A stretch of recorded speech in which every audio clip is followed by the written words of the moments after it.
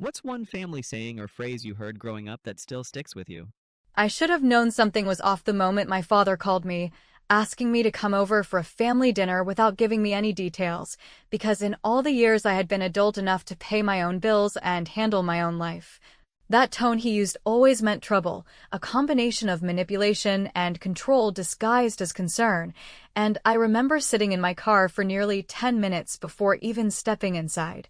trying to steel myself for whatever ridiculous power play he was planning. This time, when I walked through the door, the house was warm, everyone else seemed oblivious, laughing and chatting, and for a moment I almost convinced myself it would be normal, just a regular family meal, until he looked at me from across the table. And I saw that glint in his eyes that I had learned to recognize as the beginning of a lecture or, worse, a demand that would make me question my own worth. He started talking about Lily, my much younger half-sister, praising her as though she were some kind of miracle child he had chosen to favor above all else, and he made it perfectly clear that in his mind, she deserved everything while I had somehow earned less, despite the fact that I had spent years working my ass off, building my life, paying my taxes, and trying to remain polite even when he dismissed my accomplishments like they were nothing. I could feel my hands tighten around my fork, my chest swelling with a combination of anger and disbelief, because the conversation took a turn I had not expected, and he leaned forward, looking directly at me with a smug, almost predatory expression, and said that he wanted the keys to my house, that he needed them to give Lily a gift he insisted she deserved more than anything else in the world, and for a split second I wondered if everyone else at the table would just nod along, afraid to defy him, but instead I realized I was the only one who could say what needed to be said. I took a deep breath and smiled coldly, because I had learned long ago that showing anger only gave him ammunition, and then I said, without hesitation, without flinching, that he didn't need my keys, that he didn't have to worry about buying Lily anything because her real father would take care of it, and the words landed like a bomb, heavier than I expected, heavier than he deserved, because in that instant the room went completely silent. My mother's jaw tightened, my siblings froze, and my father looked like I had just thrown a bucket of ice water over him, the kind of disbelief and fury mixing on his face in a way that made me feel both guilty and incredibly alive at the same time. He opened his mouth, probably to yell, probably to threaten, but no words came out, and I realized that for once I had taken control without raising my voice, without slamming doors, without giving him the satisfaction of a visible fight. And it was intoxicating in a way I had never experienced before. Everyone else at the table looked at me, some with shock, some with confusion, some with what I think was a tiny spark of admiration, and I could feel the energy shift, that subtle but undeniable acknowledgement that for the first time in years, I had reminded everyone, especially him, that I was not a child to be manipulated, not a possession to be used, and certainly not someone who would bend under the weight of his favoritism. He sat back, blinking, trying to recalibrate, trying to understand how I had gotten the nerve to say something that defied every expectation he had built around me since childhood. And for a moment I felt a flicker of guilt, because I knew he was wounded in the same way I had been, but that guilt faded immediately because I had spent years sacrificing my own feelings, years watching him dote on a child who wasn't mine to protect and dismiss my needs as though they were unimportant, and I realized that this was not just a response, it was the first move in a game that I had been planning silently for years without him ever realizing. I leaned back in my chair, letting the silence linger, feeling it stretch and settle into the corners of the room, and I knew I had done exactly what I wanted. I had reclaimed a piece of power that had been stolen from me. And even though the night was far from over, even though there would be conversations and manipulations and more tests of patience for that single moment, I had turned the table in a way that was clean, precise, and devastatingly effective. The rest of the dinner continued, but it was different, the air charged with tension that my father had not anticipated, with every word he said measured against the quiet strength I now carried. And even though I did not know yet how the rest of the night would unfold, I knew that this was the turning point, the beginning of a shift that would not only change my relationship with him, but change the dynamic of the entire family in ways that he could not predict. And I smiled again to myself, just slightly, knowing that this small act of defiance was only the first step in a plan that had been years in the making, and that the table would never feel the same for him again. After that dinner, I went home with a mixture of exhilaration and exhaustion, because saying what I said to my father had felt like finally breathing after years of being underwater, and yet I knew the real challenge was only beginning. The kind of challenge that required patience, observation, and the quiet manipulation of circumstances that my father, arrogant and self-assured as he always was, would never anticipate unless I let him see it coming. And I had no intention of giving him that satisfaction. The following days were a strange mixture of calm and tension, because while he had not yet responded overtly to my defiance, I could sense the shift in his behavior through subtle signs. The way his eyes lingered too long on my empty spot at the breakfast table, the way his voice tightened when he mentioned Lily's upcoming birthday, the way he smiled a little too broadly when I entered a room as if trying to mask a frustration he could not articulate, and every one of those moments was a reminder that I had struck a nerve, that my refusal to hand over my house keys had become a quiet ripple of panic in his carefully controlled world. And I realized that now I had to act deliberately to test the boundaries he had always assumed were his. I started small, the kind of small moves that would seem inconsequential to anyone else, but would quietly destabilize the equilibrium my father relied on, like not responding immediately to his texts asking about trivial family matters, politely declining invitations that were clearly designed to manipulate me into situations where I would feel obligated to give him control, and allowing Lily, who had always been an eager participant in his favoritism, to experience minor disappointments without rushing to rescue her or smooth over her discomfort, and I watched as my father's reactions were equal parts bewilderment and irritation. The subtle furrowing of his brow and the way he adjusted his posture as if trying to assert dominance while realizing, perhaps for the first time, that he had no idea how to handle my new approach. And with every measured move I felt a growing sense of empowerment, because this was not just about asserting independence, it was about demonstrating to him, and to myself, that I was capable of control in a family environment that had never allowed me any. The tension between us escalated slowly, like a line being pulled taut, and it came to a head during a weekend gathering at my mother's house, where the entire family had congregated under the guise of celebrating nothing more than a casual Sunday meal. But I could see immediately that my father had arrived with the expectation of dominating the evening, carefully positioning Lily to receive all compliments and attention while expecting me to shrink quietly into the background, and I refused to play that role, not aggressively, not with shouting or confrontation, but with quiet mastery, letting the conversation flow naturally while allowing small truths to surface without commentary. Strategically placing reminders of my achievements and successes in moments where they could not be ignored, and watching as the other family members, who had grown accustomed to his favoritism, began to shift in subtle ways, glancing at him with slight doubt, exchanging brief, knowing looks that were meant to communicate solidarity with me without needing to speak aloud, and I realized that just a few calculated choices were beginning to unbalance him in ways that felt far more powerful than any verbal attack could have achieved. Lily, who had always assumed she was untouchable in his eyes, began to respond to this subtle shift in energy without realizing it, hesitating slightly when he attempted to elevate her in conversation,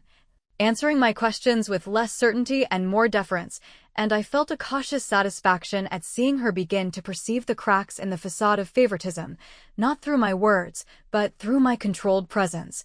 And as the afternoon wore on and my father grew increasingly frustrated by his inability to regain control or provoke a reaction that would publicly assert his authority, I realized that the first stage of my quiet revenge was complete, and I had done it without confrontation, without drama, by simply refusing to play the role he had written for me and allowing the truth of the situation, the reality of his favoritism and my own agency, to speak louder than any shouting could. By the time the family began to disperse, I could feel the tension I had created lingering in the air like a tangible force, thick enough that my father's usual confident demeanor had lost some of its shine, his jaw tight and his shoulders slightly slumped, while Lily, confused and subtly shaken, had begun to question her own place in the family hierarchy, and I left that house with a quiet but unmistakable sense of triumph, because I had tested the waters, I had set my boundaries, and I had begun a process of recalibration that would slowly but inexorably shift the family dynamics in my favor, and even though I knew this was only the beginning, even though I knew the battles to come would require patience, strategy, and careful timing, for the first time in years I felt that I was no longer a pawn in my father's game, that the next move would be mine, and I was ready for it, knowing that when the time came, the revenge would not be loud, it would not be cruel for the sake of cruelty. But it would be brilliant, calculated, and undeniably effective, leaving my father and the rest of the family to realize, perhaps too late, that the person they had always underestimated had finally decided to take control. The days after the weekend gathering were some of the most tense I had ever experienced in my life, because I had never fully understood how fragile my father's control was until I saw it begin to crack in front of me, and while on the surface,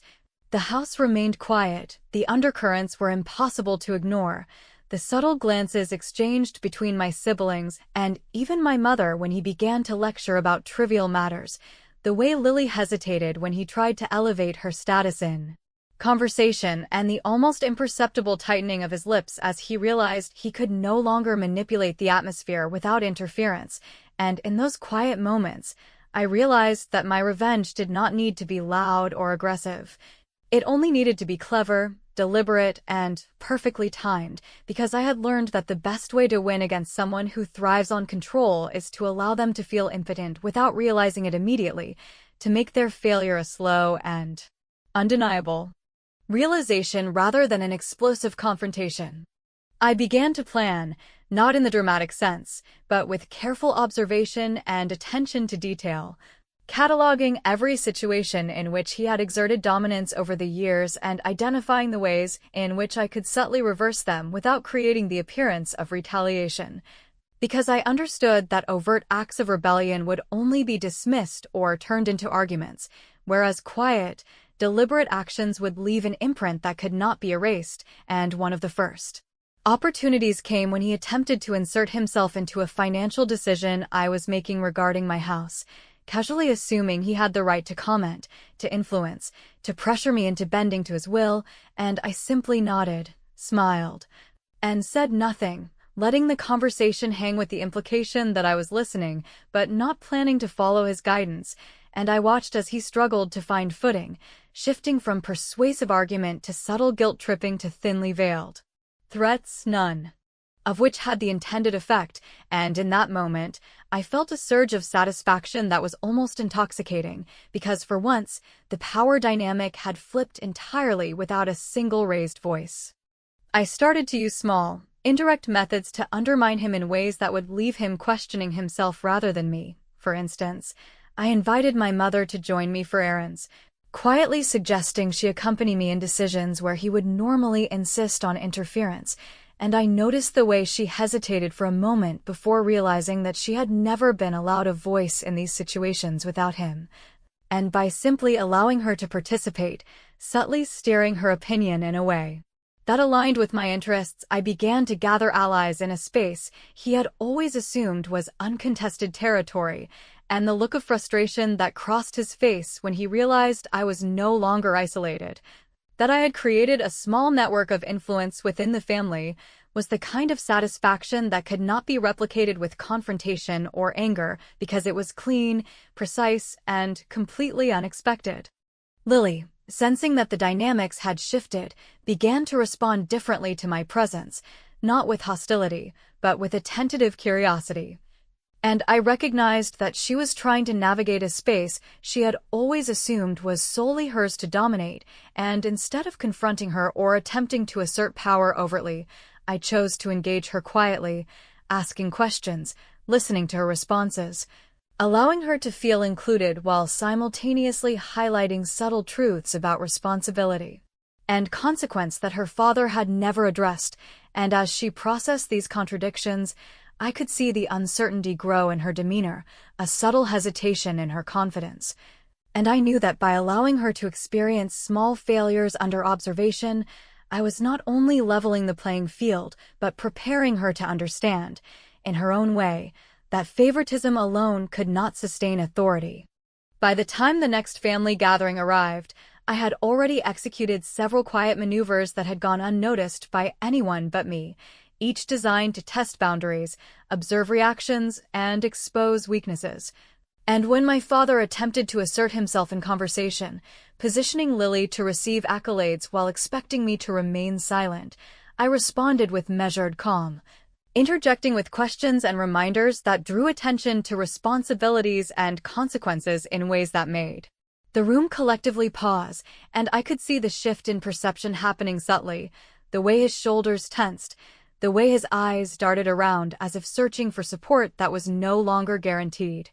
And I left that gathering feeling an internal triumph that was quiet but deeply satisfying because I had learned the true power of control, not through shouting or confrontation, but through deliberate, intelligent, and unassailable acts of quiet influence that left my father to wrestle with.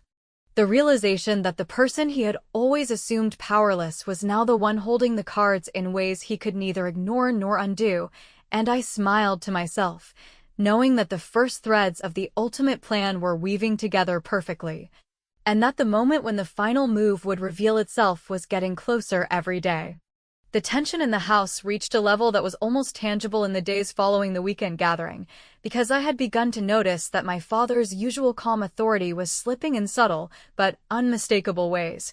From the way he avoided eye contact when discussing financial matters that had previously been his domain to the faint tremor in his voice when he attempted to assert control over family decisions that I had quietly taken charge of.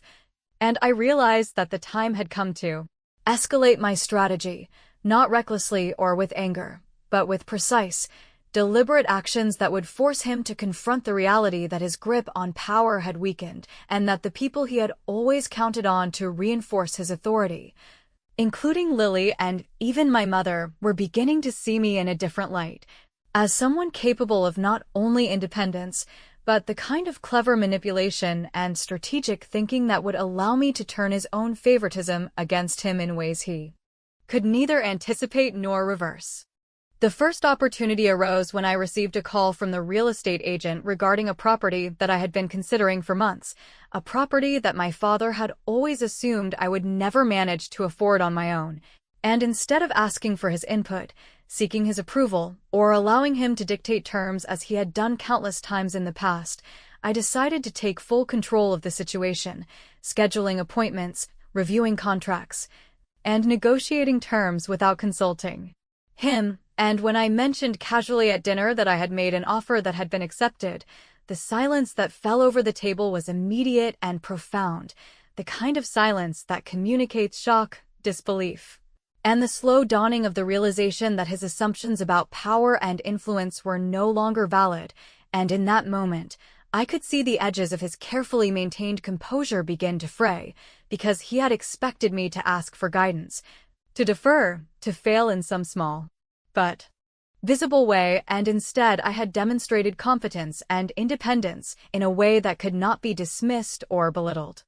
Lily, who had always been the recipient of my father's overt favoritism, reacted first, a mixture of hesitation and envy visible in her expression as she realized that the privilege she had assumed was untouchable could be challenged simply through competence, timing, and strategic action, and instead of reacting with anger or confrontation,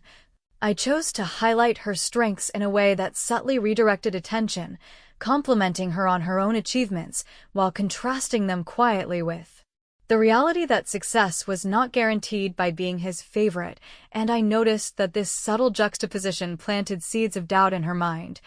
the kind of doubt that would make her reconsider her reliance on him for status and approval and begin to perceive that her position, like mine, required effort, strategy, and awareness rather than blind entitlement. The next step involved my mother, who had always been complicit in my father's favoritism, but who had begun to show subtle signs of frustration and doubt after witnessing the shift in family dynamics, and I approached her carefully. not with accusations or confrontation, but with the gentle but unwavering assertion of agency, sharing details of the property, discussing potential renovations, and asking for her opinion in a way that invited her participation while simultaneously demonstrating that I was capable of handling responsibility without oversight, and as she responded, offering insights and suggestions, I could see her begin to internalize a new understanding of family dynamics,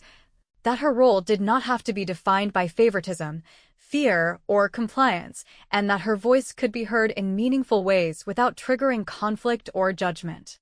By the end of that week, my father had begun to show clear signs of disorientation and frustration, the kind of subtle panic that arises when control is lost, but the person is too stubborn to admit it. And I could see the small cracks in his demeanor widen as he attempted, unsuccessfully, to assert influence over matters that were no longer within his control, while the family around him, including Lily and my mother, began to navigate a new dynamic, one in which I was no longer the passive observer but the orchestrator of events, quietly steering decisions, leveraging competence, and allowing the consequences of my actions to speak louder than words. And I left each interaction with a growing sense of satisfaction because the first move had been made, executed with precision, and the resulting disruption to my father's authority was irreversible, subtle yet devastating, and completely beyond his ability to counteract, leaving him and the rest of the family to grapple with the fact that I had, without aggression or confrontation, changed the rules of the game entirely, and I knew with certainty that the final act of revenge, the one that would cement the shift permanently, was now within reach, and all I had to do was maintain patience, strategy, and the quiet, deliberate execution of the plan I had so carefully constructed. The day I had been quietly orchestrating for months arrived with a tension so thick it felt as though the air itself was waiting for the inevitable, and I knew that every careful move, every subtle conversation, every strategic observation had led to this moment where the full consequences of my actions would become undeniable, not because I announced them with bravado, but because the truth could no longer be ignored, manipulated, or dismissed. And as I prepared to address my father in the living room, where the entire family had gathered under the guise of a casual Sunday dinner, I felt a sense of clarity and calm that came from knowing I had executed every preceding step flawlessly, leveraging patience, intelligence, and the quiet accumulation of influence to bring about a confrontation that was not explosive for show but devastating in its precision, and I was fully aware that the silence, the pauses, and the subtle glances exchanged across the table were as critical to the outcome as the words I was about to speak. When he began, as he always did, by asserting authority with the assumption that his position as the father entitled him to control not only the conversation, but the decisions that had been made in the months prior, I allowed him to speak, nodding occasionally, giving the impression of engagement while internally preparing the exact phrasing that would strike hardest without crossing into rashness, and as he reached the point where he demanded that I hand over the keys to my house for Lily, claiming that it was a right owed to his favorite child and that she deserved to have privileges I had supposedly neglected to grant her, I felt a quiet satisfaction because this was the moment I had been waiting for, the apex of his entitlement and his blindness, and I let the room settle into the kind of silence that feels like a held breath, a pause before revelation. Because I understood that impact came not from shouting or anger, but from deliberate calm and controlled timing, allowing every person present to fully absorb the audacity of the statement and the implications of what would follow.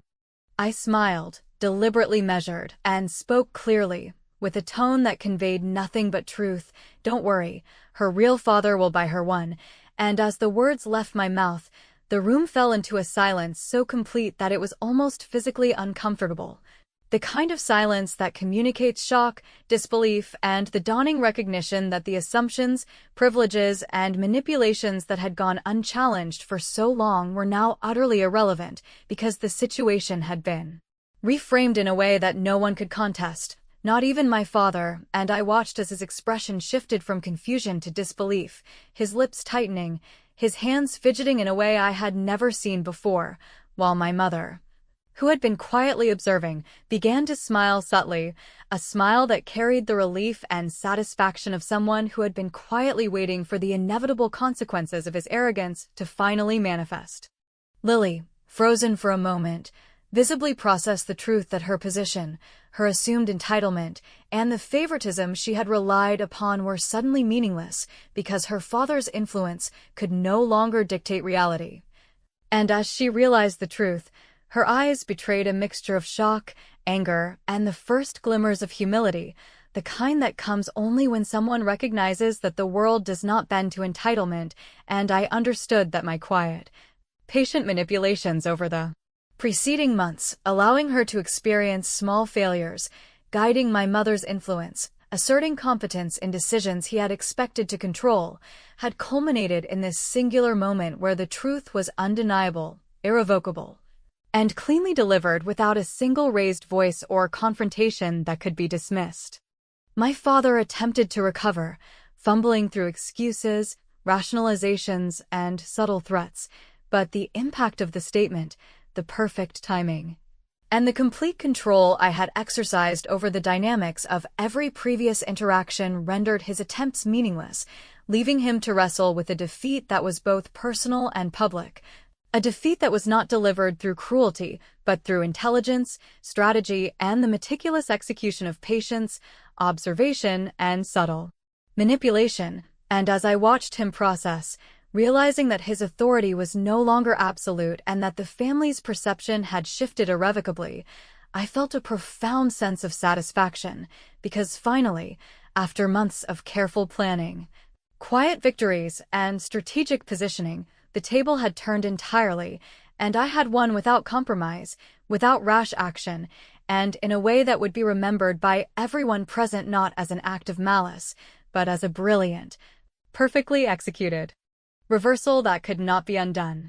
By the time the room began to breathe again, by the time whispers returned and conversation resumed in a more cautious and measured tone, the reality was clear. I had not only protected my independence and my home, but I had demonstrated an intelligence, control, and subtlety that rendered my father's favoritism irrelevant, and as I left the table later that evening, a quiet sense of triumph settled over me, not the kind that demands recognition, but the kind that leaves an undeniable mark on those who had underestimated me, leaving them to reconsider the consequences of entitlement, authority, and the assumption that control can never be challenged. And I knew, with absolute certainty, that the last word had been mine, and it had been executed with brilliance, precision, and a satisfaction that could never be taken away.